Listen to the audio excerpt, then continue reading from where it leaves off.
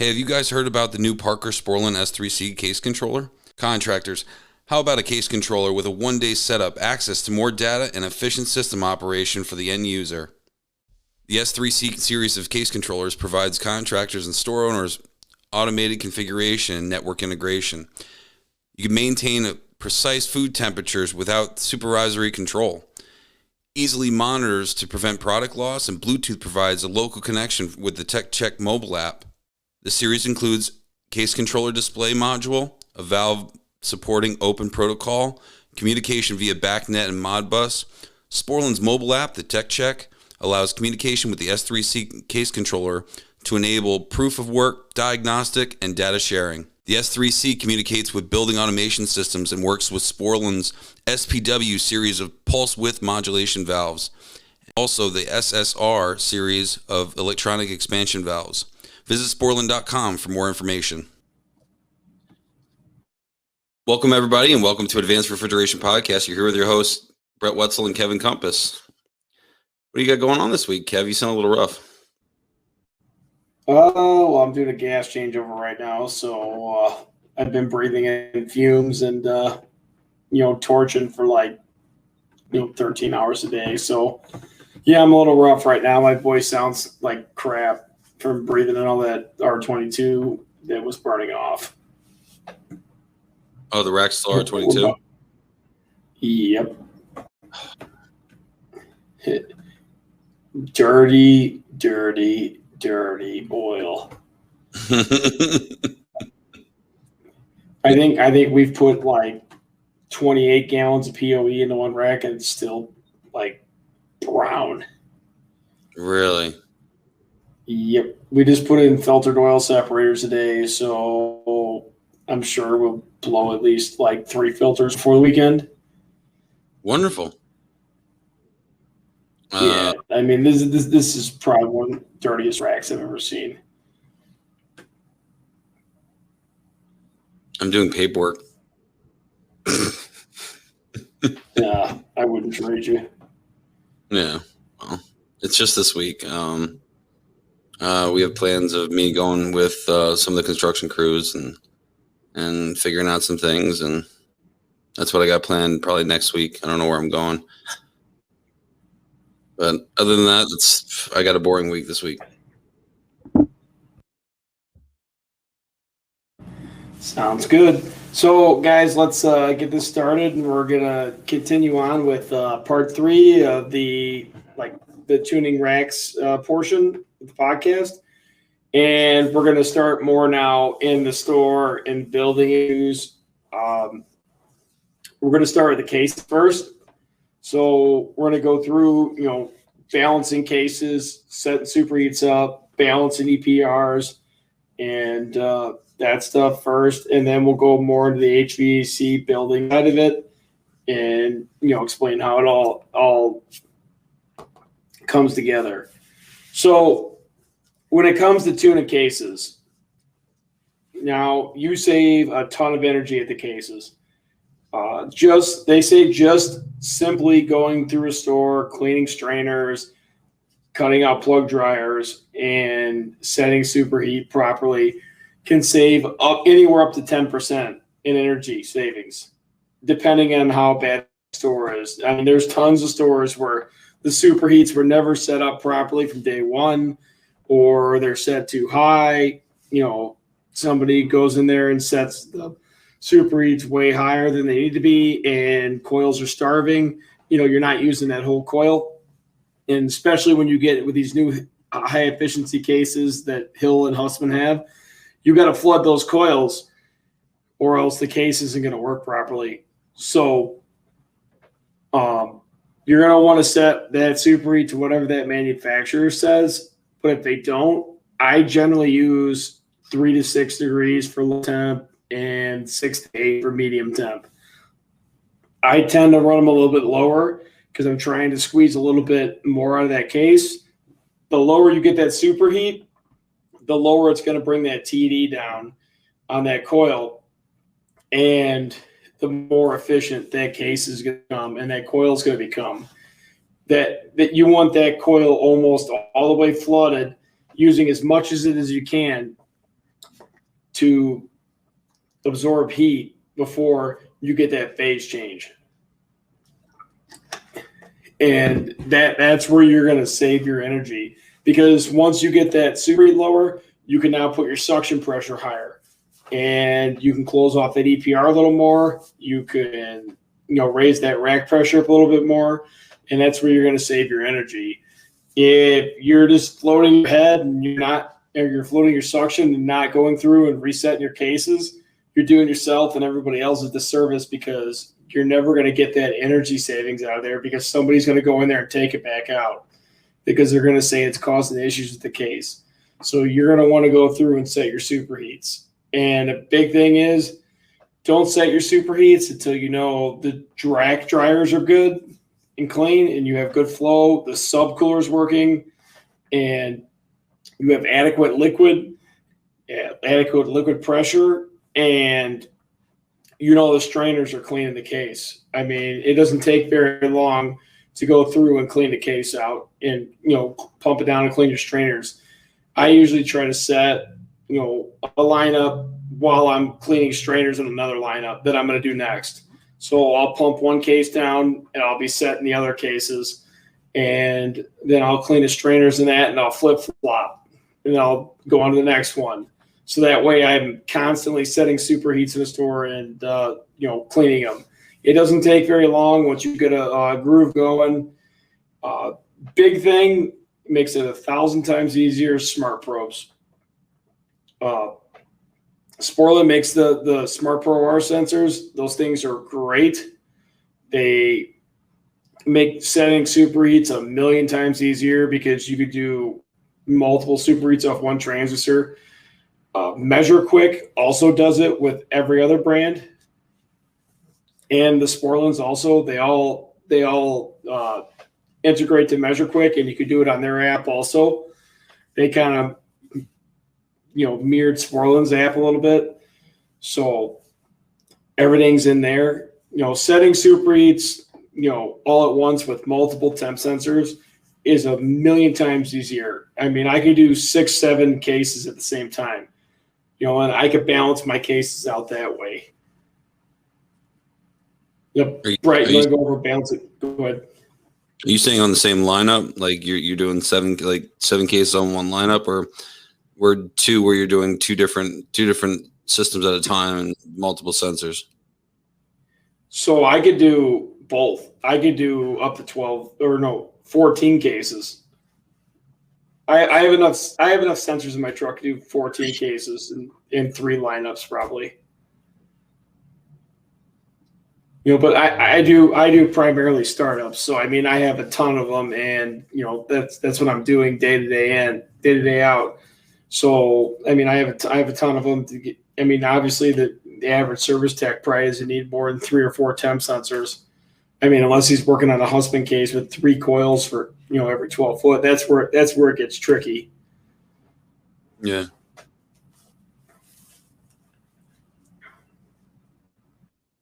So starting to balance the case, you want to make sure that a lot of people think that they can set all the superheats with the cases empty, and that's not the way it works. You need to have the cases filled up with product. A lot of cases they're not designed to be empty. Some people try to cheat the system and they put cardboard box in there, but you're still not getting the correct flow of air around there in order to get the proper amount excuse me, air across the product in order to set the superheats properly.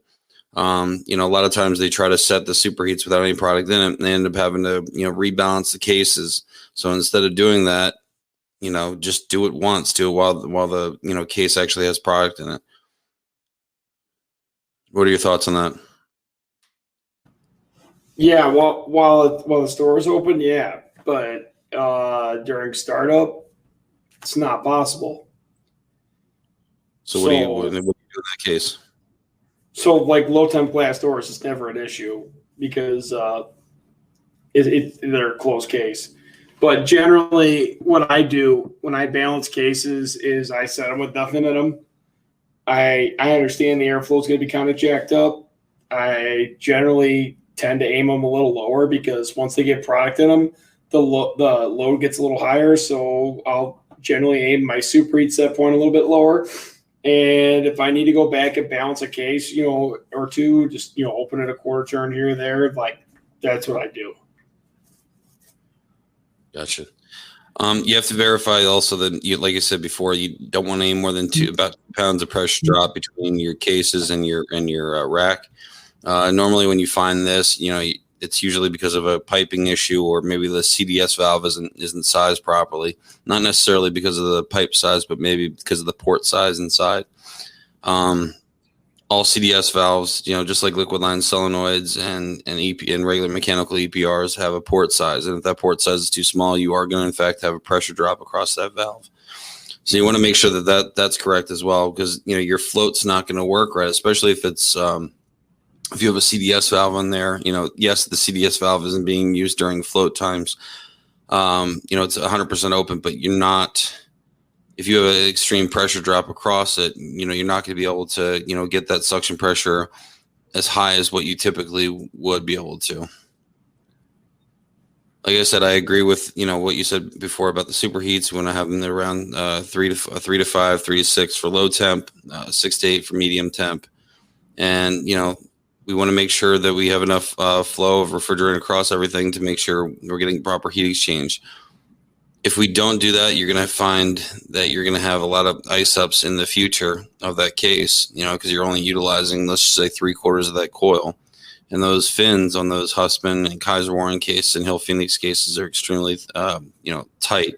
So if you don't have proper refrigerant flow, you're only utilizing, like I said, 3/4, half of the coil, and you're going to cause that case to ice up prematurely. Yeah, I totally agree with that. One thing I want to do is like actually balancing cases. I know this is like a huge, this becomes like monotonous with service. Is balancing cases. I know, like, you service the same customers as we do. They want their cases, within a degree or two. So especially when it comes to like CDS valves and other things, I'm going to go over how I balance cases, and then we can go over how you balance cases. There's more than one way to do it. They both work. So if I'm working on a CDS valve store, I generally try to balance those cases. I try to get that CDS valve as close to manufacturer coil spec as I can, just by overriding it. Or whatever the customer, say if the customer wants to see the valves at 20% or 30%, I'll override it to that with the suction at what it's supposed to be per the rack legend, and I'll set my superheats there because that's where they want to see them. But generally, I try to set that CDS valve at the manufacturer SST. That way I could, set the case up properly. I mean, you may have to shut a compressor off or two to kind of keep your suction steady. And then I'll go through and I'll set my superheats. I'll get them as close as I can, within like a degree of each other. And then I'll let it run for a little bit, maybe 20 minutes, half hour. I'll go check the case sensors. And if I got to tweak a, 1/8 to a 1/4 turn up and down on this valve or this valve to try to balance them out, that's what I'll do. That's with CDS valves. If it's a standard EPR, I set it up to manufacturer spec, and then I'll dial into superheat from there. And I'll get them all balanced out, and then I'll tweak them a 1/4 turn here or there, to balance them out. If it's a Danfoss system, just be aware, like, those temp sensors need to be verified, because if you're using 1,000 ohm sensors, you could be reading, 2 to 3 degrees off just with wire length. So you need to calibrate those Danfoss sensors. If it's Emerson, CPC, microthermal, RDM, anybody that's using 10,000 ohm sensors, it's not as big of a, so I don't see as very many fluctuations with that. What are your thoughts, Brett? I'm going to agree wholeheartedly with what you said. If you, especially like with stuff that has a higher TD, like meat boxes and stuff, they're designed with either a 15 or a 20 degree TD. So if you try to just let it run off of rack pressure, it wasn't designed for that. So basically, the expansion valve isn't, might be missized for actually what you're trying to do.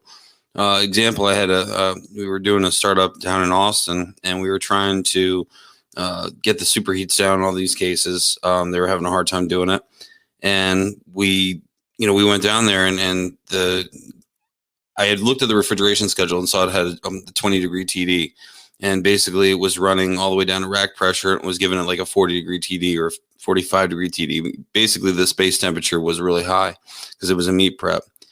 And I had the kid inside, and I said, hey, just watch it for a little bit. I'm going to adjust the EPR. I need you to tell me, how, what the pressure is. According, we were trying to get the SST right where it needs to be. And, at that point we had about 25 degrees of superheat.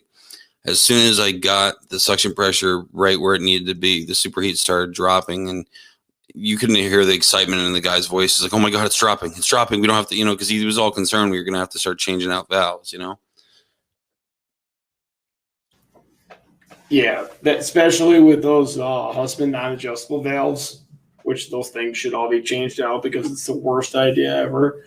If your suction pressure is like not dead on, that valve will overfeed or underfeed because they're using the suction pressure as a closing force in the valve, like you normally would, but it's a preset spring. So that spring is set to that tension at that actual suction pressure. So if it's off, it's going to cause you to underfeed or overfeed. So that's one thing to watch out in those non-adjustables. Have you had a problem with the SPQEs, like the cartridges actually blowing off the top occasionally? Like where the gasket blowing off? No, where basically like you have the disc at the top that holds the pin in at the top, right? And it looks like there's like, I don't know, probably 8 little spines that basically, holding at the top. Like it was pressed in the top to hold that cylindrical disc in to hold the piston. Have you ever had a problem with them blowing out? No. I've seen one shoot out when you pull the power head off. No. But that's what happened with that valve today. Really? Yeah. I haven't seen pictures yet, but no, I'm waiting. Yeah, that's interesting. So, and then as we're talking about like tuning cases, obviously checking airflow, cleaning honeycombs. That's a huge thing. It gets overlooked. I mean, especially the produce ones. Cleaning honeycombs and keeping that air infiltration out is a huge energy savings. You don't want that warm air getting in the case. You want to keep that warm air out. So you want to make sure all the honeycombs are clean. Cheap, easy job for an apprentice. Same thing with some of the older Hill Phoenix cases. They have up in the main part of the case, up in, I guess you would call it the top hood, where basically the air goes from the back wall up to the top. The flue plenum. Basically, sometimes there's a metal piece in there that has a whole bunch of holes in it, or sometimes in the back wall on like the 05 DM. A lot of times that gets filled up with cardboard dust or produce junk or whatever, and basically needs to be cleaned. Same concept as the honeycombs, but a lot that gets overlooked unless you call the manufacturer and ask them if there's any flue plenums in the back that are actually going to affect anything. I've actually been seeing a lot of newer Hill multi-decks. Last startup I did, half of them had fans on the top. You're going back to that? Mm-hmm. Hey guys, I want to take a break and talk about Westermeyer, one of our other sponsors. Today's episode is sponsored by Westermeyer Industries, the leader in oil management and pressure vessels for the commercial refrigeration industry. Are they slowing down the fans even more? I swear those new Hill cases almost have like no airflow. Like you could blow, just whistle harder than those things blow air. So years ago, back in like the late 80s and stuff, with the open air cases, they had They were about 15 degree TD, and that's because the fin spacing was real far. It's probably like an inch and a half inch between the fins. And then they reduced the amount of spacing between the fins. They went down to about a 10 degree TD. And then we got like the NRG cases, or the high performance cases from Tyler. Where they only had like a 4 degree TD. And now Hill Phoenix and Hussman and all the other contractors are basically trying to get as much efficiency out of the coil so they can sell them as the best, energy efficiency case, and basically slow down the fan to a snail fart, where basically there's not much air coming out of there at all. And so it doesn't take that much air from a rooftop unit or a front door opening up, letting infiltration come in the actual door.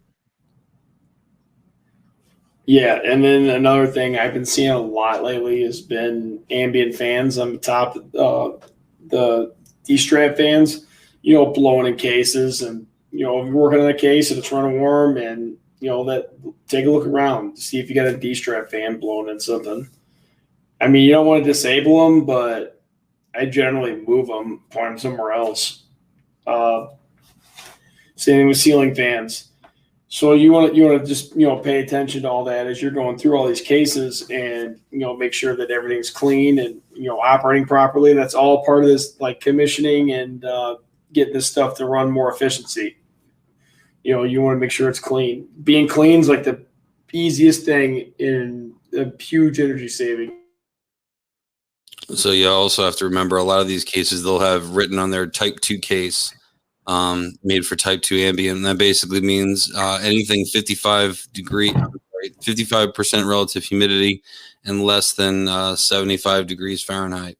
If you start falling out of any of those parameters, that case efficiency is probably going to eat shit. It's going to either end up icing up or just not being able to maintain temperature. And like Kevin just said, some of the newer cases that are now coming out, they're putting ambient fans back up in the canopy, and basically that's they're what they're trying to basically do is have two different air streams.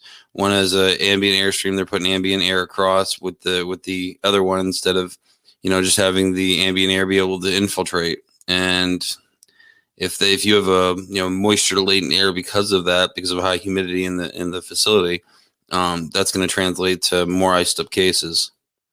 You want to hear an older technician, Curse, just mentioned the Trader Joe's multi-deck frozen food 3-fan plenum cases, and see how many curse words coming out of his mouth.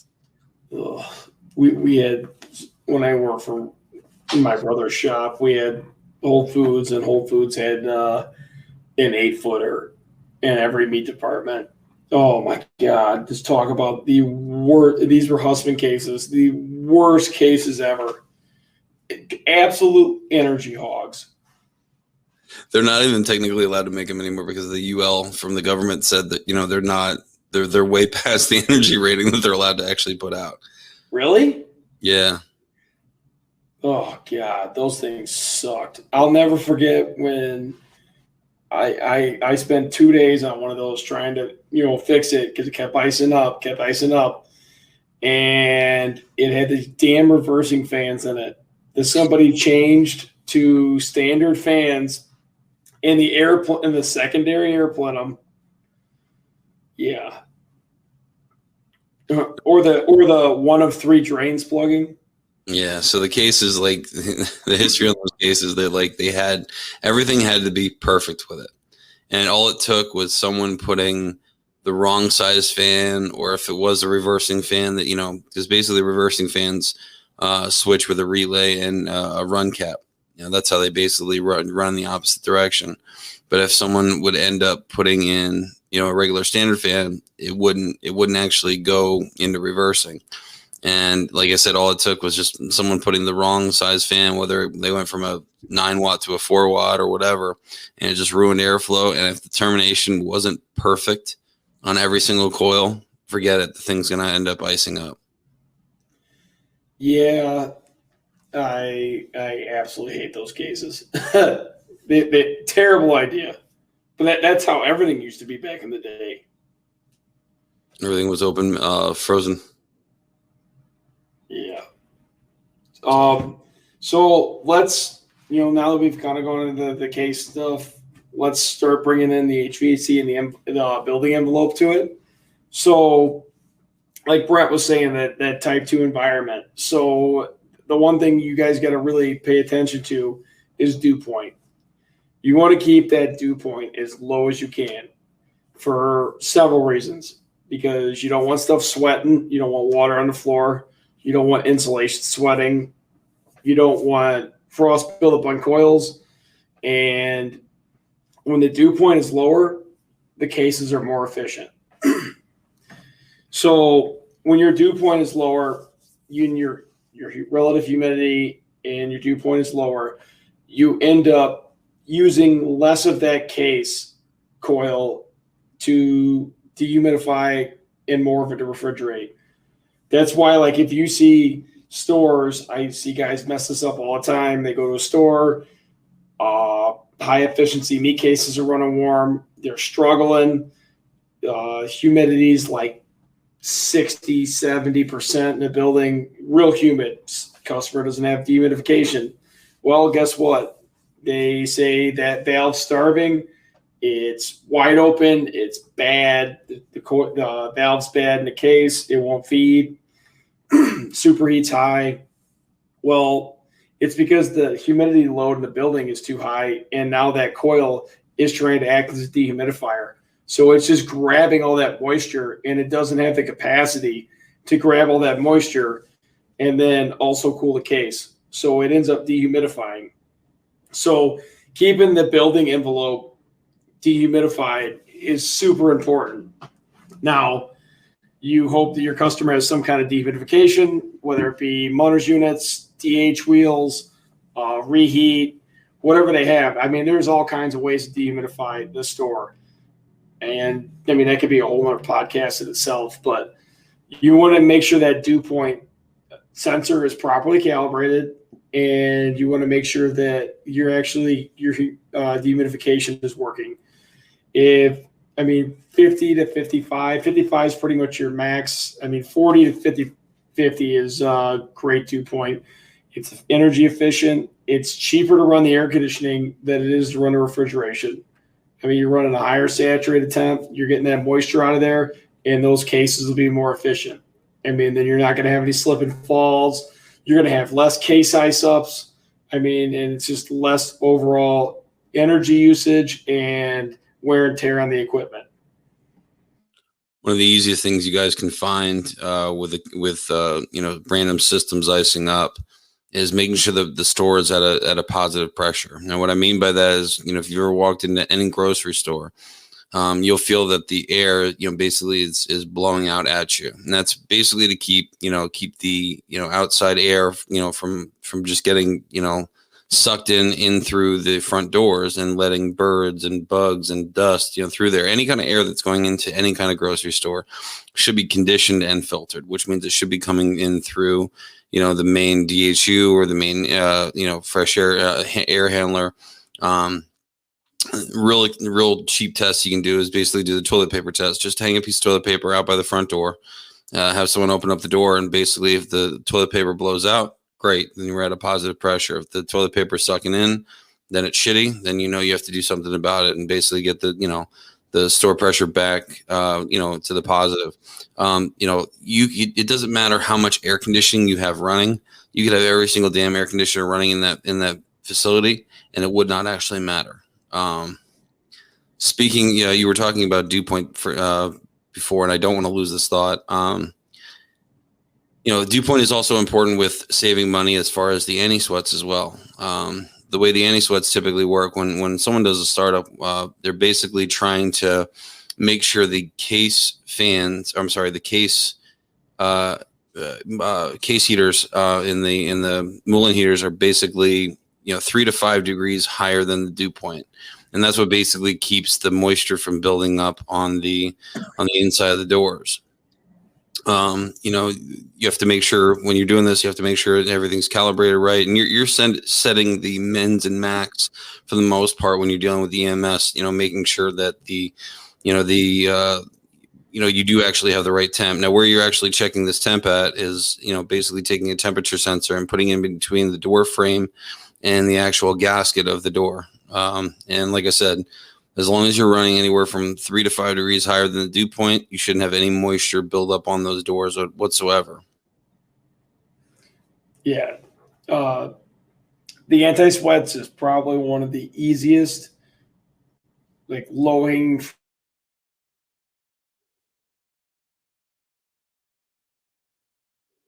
in the beginning, getting it set up and getting it put in and retrofitted in. But you're talking every lineup could be up to 8 amps you're cutting off.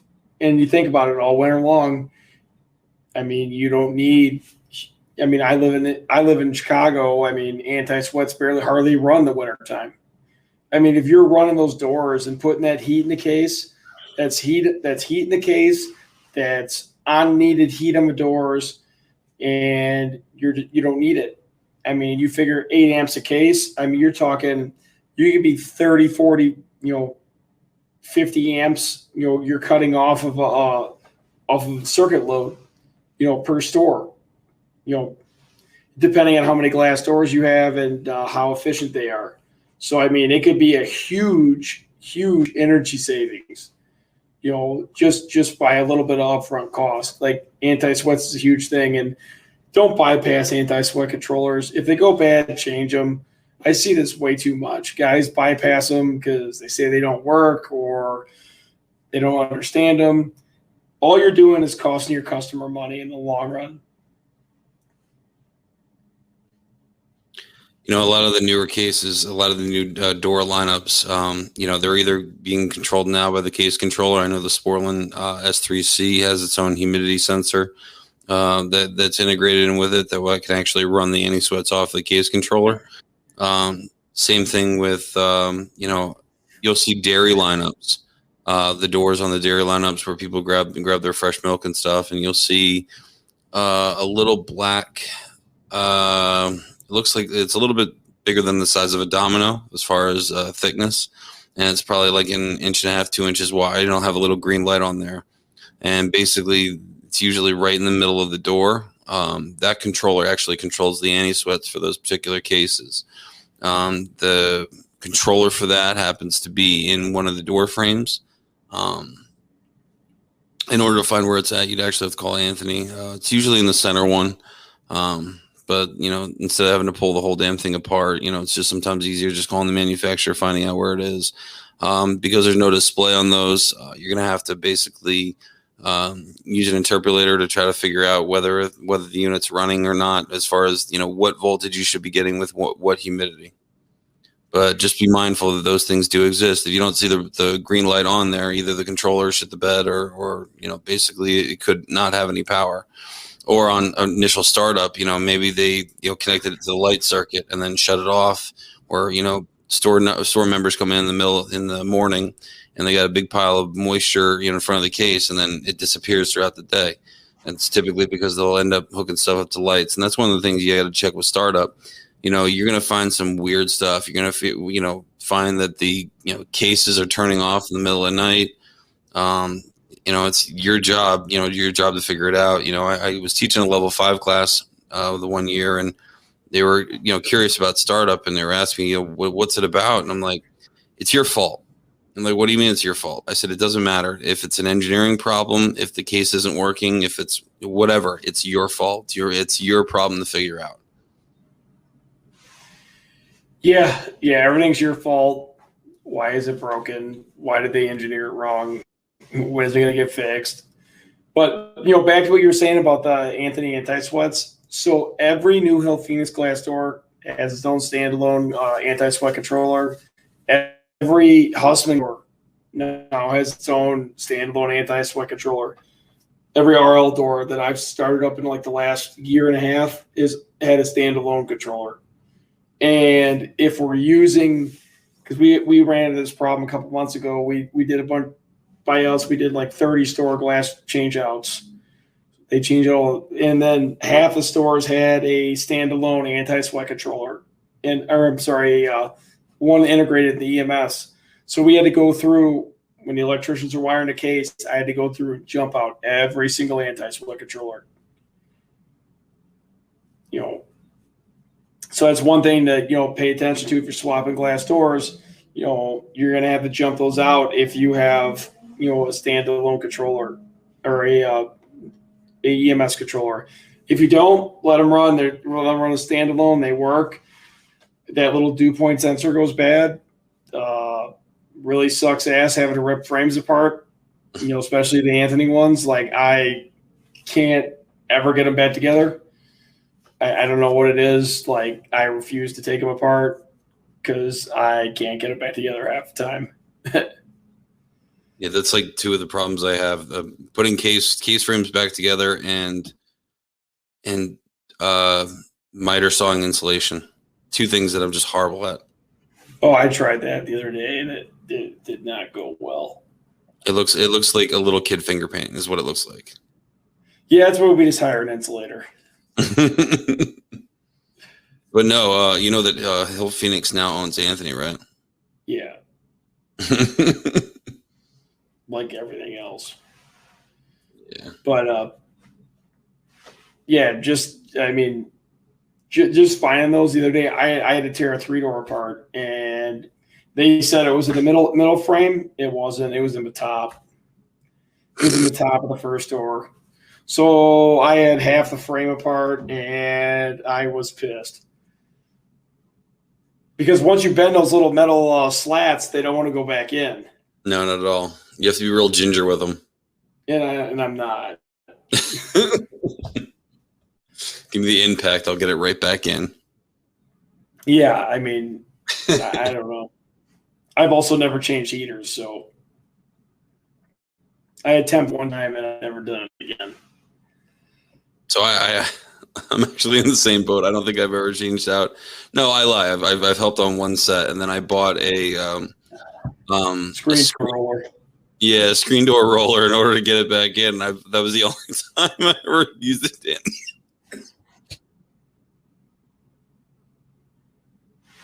And just so you guys know, because I ran into this the other day, if you have an Anthony frame and your heaters aren't working,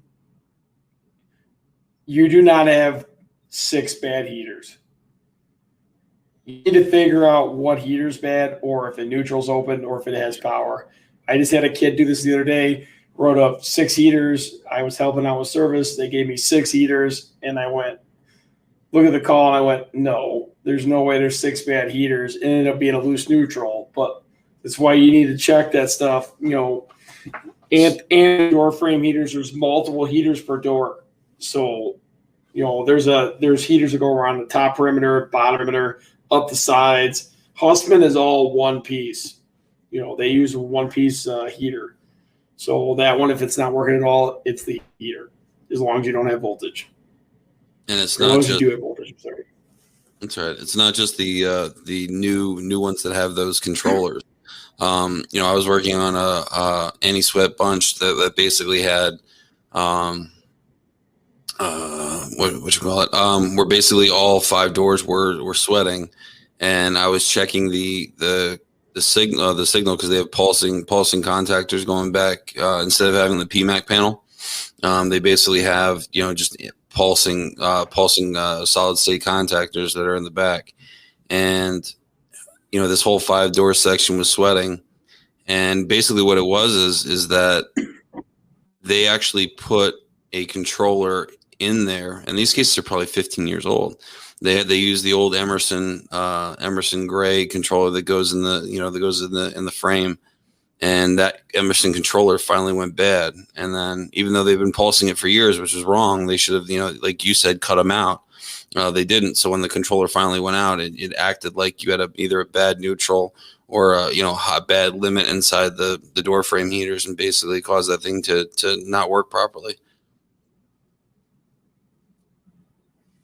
Yeah. I mean, I see that quite often. The last 2 startups I did, they had, like I said, they had case controllers. They had the controllers in the cases, and then they had Danfoss, cycling them. So it was just like half-ass working here, half-ass working there. Sometimes it would work over here, sometimes it would work over there.